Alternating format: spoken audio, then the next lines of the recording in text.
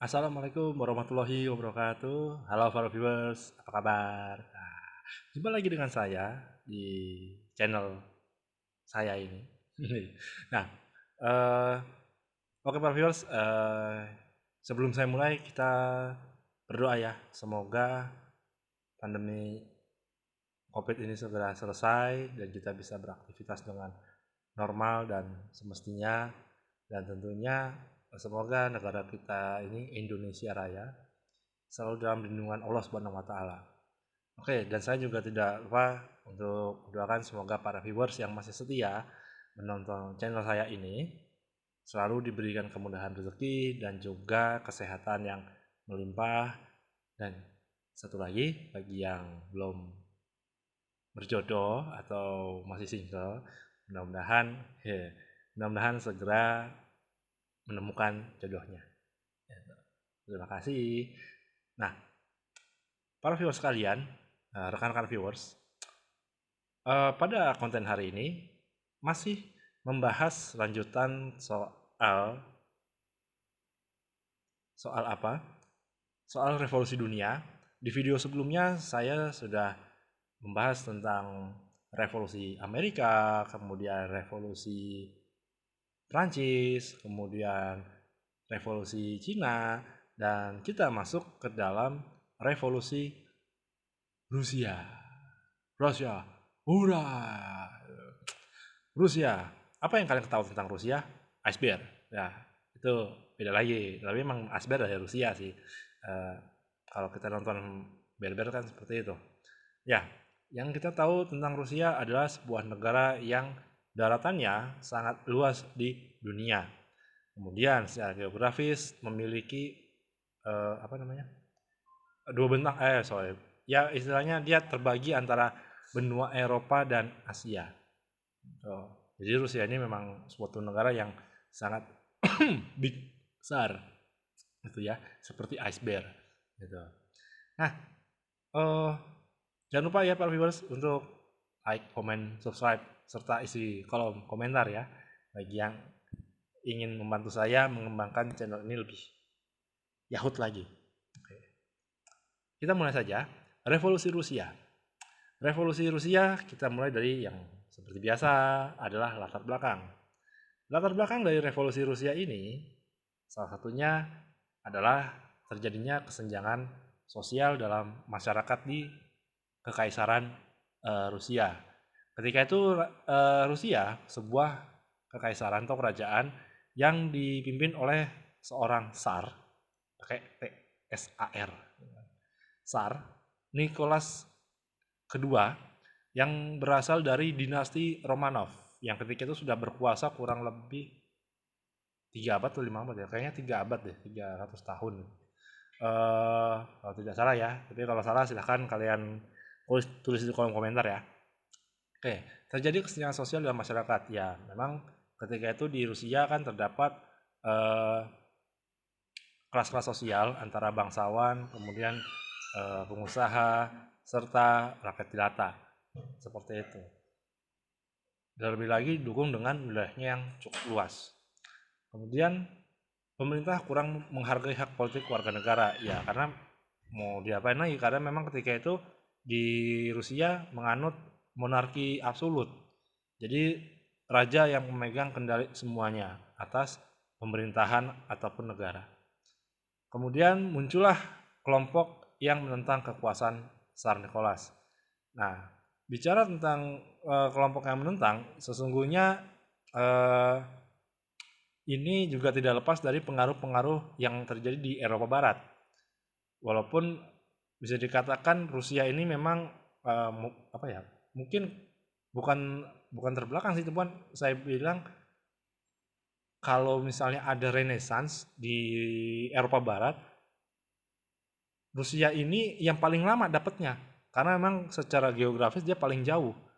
Makanya kan ibu kota-kota Rusia yang dekat dengan kawasan Eropa Barat kan seperti Saint Petersburg, salah satunya itu. Itu ya perubahan yang terjadi di Eropa memang agak sedikit lambat di Rusia karena faktor geografis tersebut. Itu gambarannya. Makanya Rusia itu adalah suatu negara yang memiliki bahasa yang berbeda, bahasa atau apa ya, eee, ya bahasa yang berbeda ya, termasuk, tulisannya. Tulisannya dia menggunakan huruf Sirilik yang mungkin kalau bagi viewers yang pertama kali lihat tulisan-tulisan manusia, mungkin nggak ngerti itu maksudnya apa ya, karena memang mereka tidak menggunakan bahasa, Latin sebagai pengantarnya. Oke, munculnya kelompok yang menentang SAR ini memang tidak lepas dari pengaruh yang terjadi di Eropa, mulai dari Renaissance dan sebagainya, sehingga muncullah ideologi baru, salah satunya ideologi tentang eh, sosialisme dan komunisme yang dimunculkan oleh tokoh-tokoh seperti Karl Marx, kemudian Engels dan lain sebagainya. Tapi ya memang itu yang menjadi pengaruh juga eh, dari munculnya revolusi Rusia.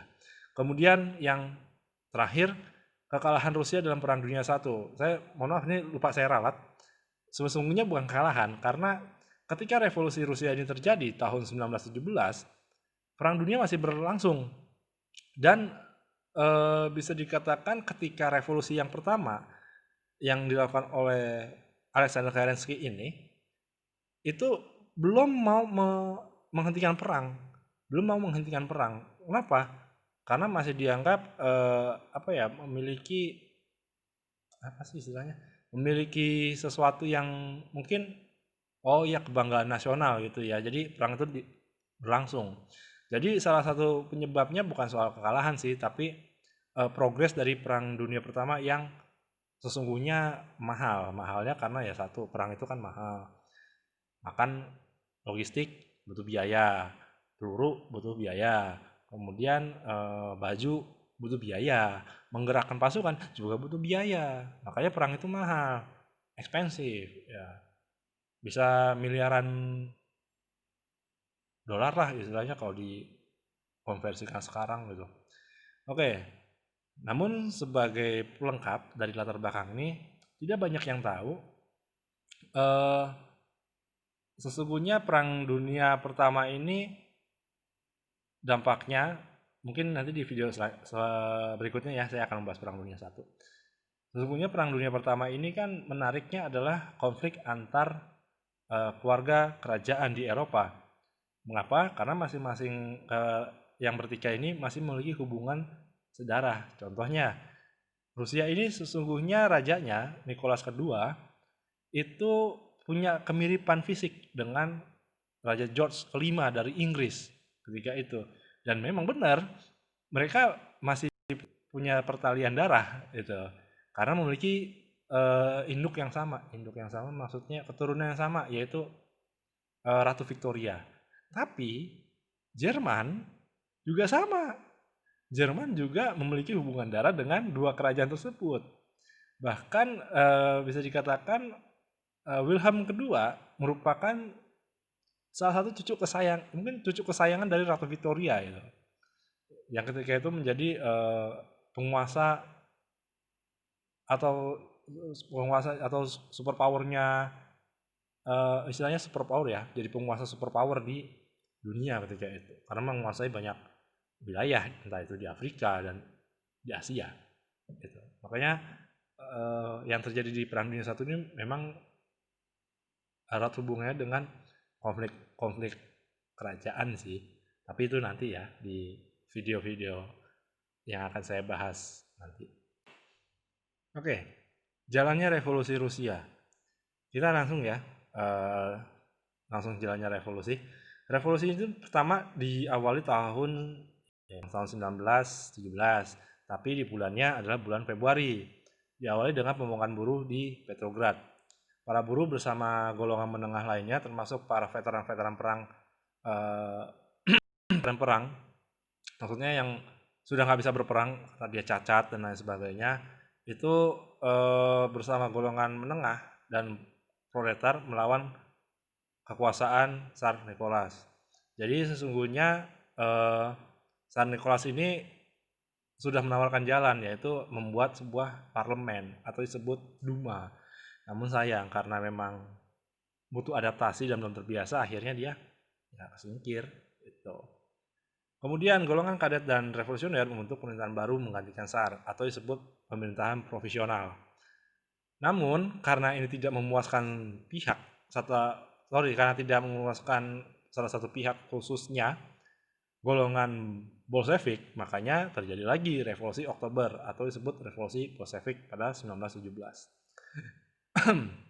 Nah, yang menarik ini karena saya membuat ini secara audio, sesungguhnya ada hal yang menarik yang mungkin tidak semua orang tahu. Masih ada kaitannya dengan Perang Dunia I sih, di mana tokoh dari revolusi Bolshevik yaitu Vladimir Lenin, ya, ini saya langsung pindah di sini. Nah, biar kalian tahu, ini Lenin yang sebelah kiri, foto yang atas, yang sebelah kiri itu yang dua orang ini, yang sebelah kiri itu adalah Vladimir Ilyich Ulyanov alias Lenin, dan yang sebelah kanan adalah Joseph Stalin atau Joseph Dugashvili, nama aslinya. Nah, bicara Lenin sesungguhnya menarik kalau kita bicara revolusi Rusia. Revolusi Rusia ini sesungguhnya tidak akan terjadi kalau tidak ada campur tangan dari seorang jenderal Jerman bernama Ludendorff. Ludendorff ini adalah seorang jenderal yang mungkin posisinya adalah staff di bawah Hindenburg. Ya. Itu melihat ketika tahu adanya revolusi dan Tsar Nicholas digulingkan, namun perang nggak berhenti, akhirnya dia mencari cara Ludendorff ini, yaitu dengan mengontak Lenin, yang ketika itu sedang diasingkan di Swiss, dari mana dia ketemu dan meminta menawarkan sesuatu lah, mungkin mau nggak lo kembali ke Rusia? Mungkin Lenin akan menjawab, oh ya gue mau, itu saya mau. Terus Ludendorff mungkin bilang seperti ini imajinasi saya sih. Ya udah, kalau misalnya situ mau pulang ke Rusia, punya syarat. Situ gulingin pemerintahan yang baru itu dengan dukungan saya, tapi perang harus berakhir. Jadi Ludendorff ingin pasukan Jerman, kerajaan Jerman, ini kaki jatuh. Aku pakai sendal, nggak pakai sepatu. Nah, Ludendorff punya misi agar pasukan Jerman yang ada di front timur yang menghadapi Rusia itu bisa ditarik ke front barat. Karena memang fokusnya ketika itu Ludendorff ingin mengakhiri perang sesegera mungkin dengan cara apa? Memenangkan peperangan, yaitu dengan mengalahkan Prancis. Salah satu tujuannya kan menguasai Paris, ibu kotanya. Nah, dari situ Ludendorff meminta Lenin untuk kembali ke Rusia, dan itu disanggupi, dan memang benar setelah revolusi Bolshevik, misi utama dari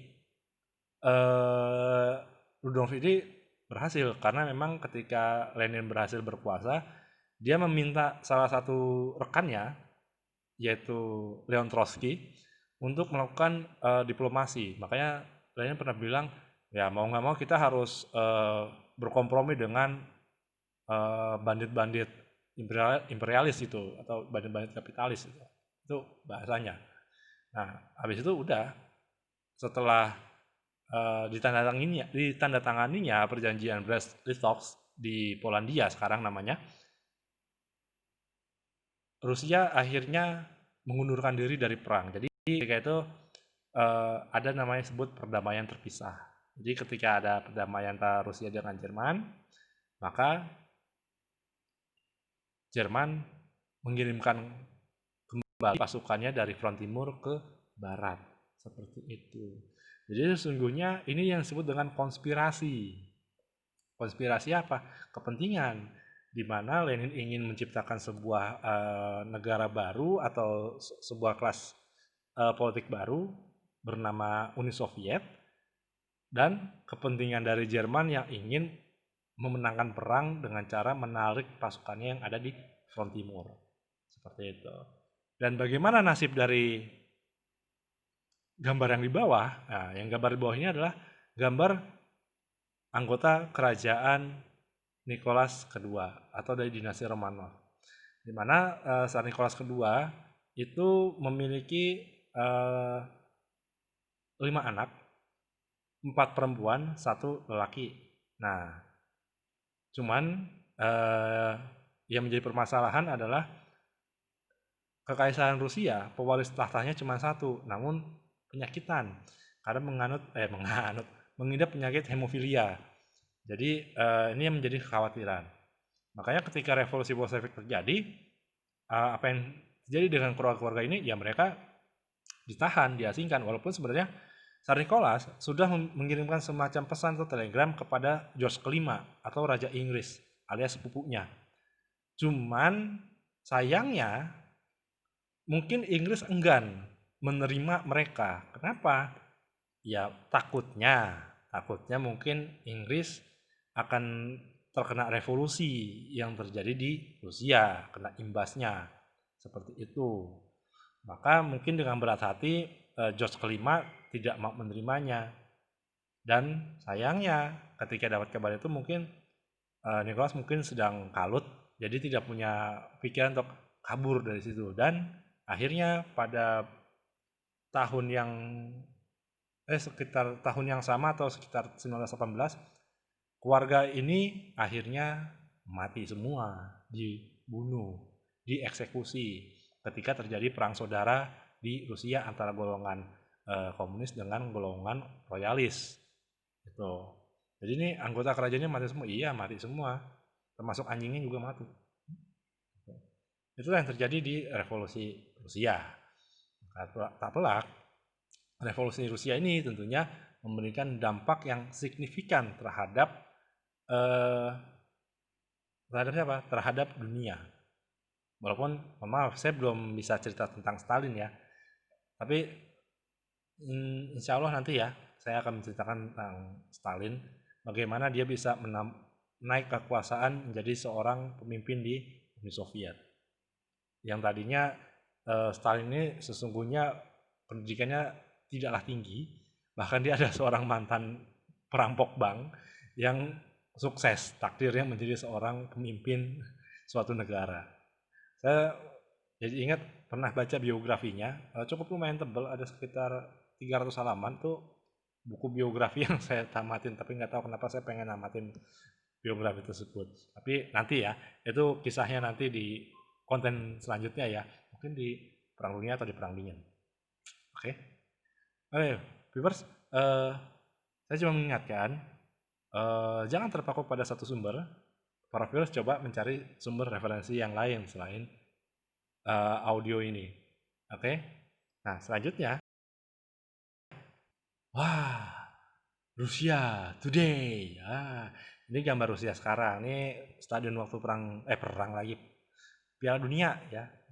Piala Dunia Rusia. Oke, kita bicara pengaruh revolusi Rusia.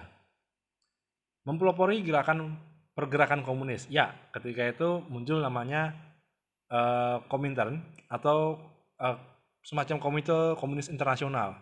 Jadi negara-negara tokoh-tokoh dari belahan dunia yang menganut paham komunis bergabung dalam Komintern.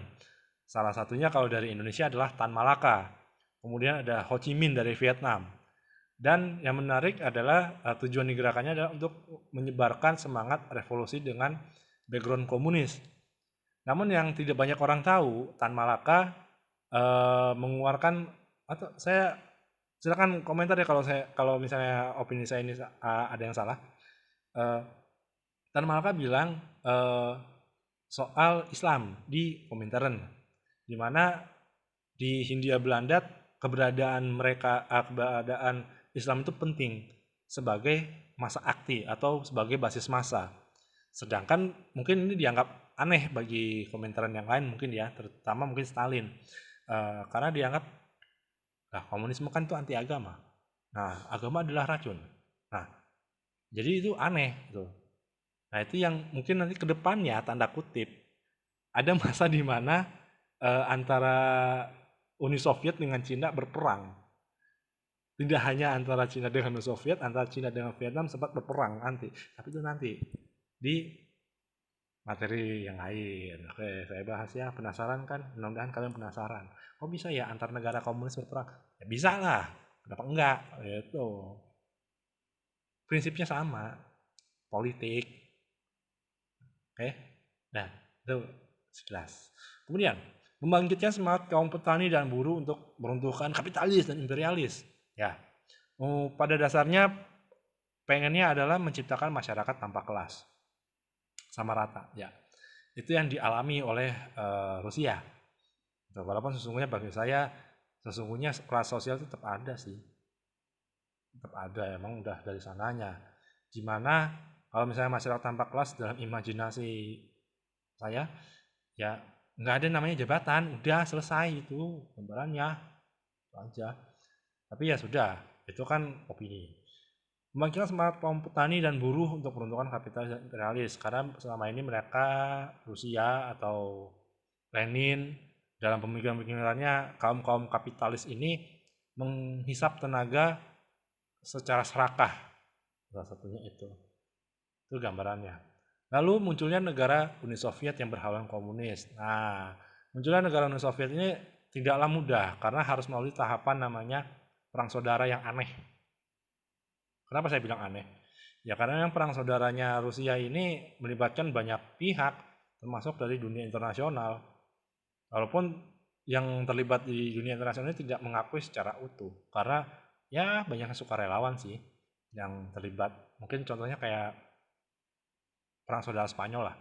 Itu. Nah, munculnya negara-negara berhaluan komunis. Ya, mulailah munculnya negara-negara yang mungkin sekarang kita kenal sebagai pecahan Uni Soviet seperti Ukraina, Kazakhstan, Uzbekistan, Tajikistan, Kyrgyzstan, stan, gitu kan. Seperti itu pengaruhnya. Dan Rusia menjadi negara maju. Ya, ini kalau ketika Uni Soviet sudah runtuh. Nah, Rusia menjadi negara maju. Dan kalau kita bicara Rusia saat ini, sesungguhnya menarik sih. Mengapa? Ketika Uni Soviet runtuh, runtuhnya juga karena faktor ekonomi. Ekonomi, kenapa? Karena memang ketika itu Uni Soviet terlalu saklek ya, terlalu saklek, mengenyam namanya itu paham komunisme. Dari segi ekonomi, akhirnya nggak bisa survive seperti Cina. Makanya kan orang-orang di Barat kan nggak tahu apa aja sih yang terjadi di Rusia, di Uni Soviet, termasuk militernya. Nah, makanya ketika nanti perkembangannya Uni Soviet menjelang keruntuhannya, mereka melalui Gorbachev menerapkan glasnost dan perestroika, pembauran, keterbukaan dan salah satunya itu deh poinnya. Silahkan para viewers tulis di kolom komentar ya kalau misalnya tadi artinya ada yang belum dijelasin. Salah satunya adalah ketika dunia tahu, oh ternyata Uni Soviet punya Sukhoi, punya MiG. Dan ketika menjelang akhir-akhir Uni Soviet, pesawat-pesawat itu tadinya tidak dijual ke negara-negara lain, tapi oleh Uni Soviet ketika menjelang keruntuhannya mulai dipasarkan ke dunia. Karena apa? Ya untuk memperoleh devisa. Intinya itu. Makanya kalau kita lihat Rusia sekarang maju, wow luar biasa. Mereka adalah negara yang maju karena memiliki sumber daya alam yang melimpah.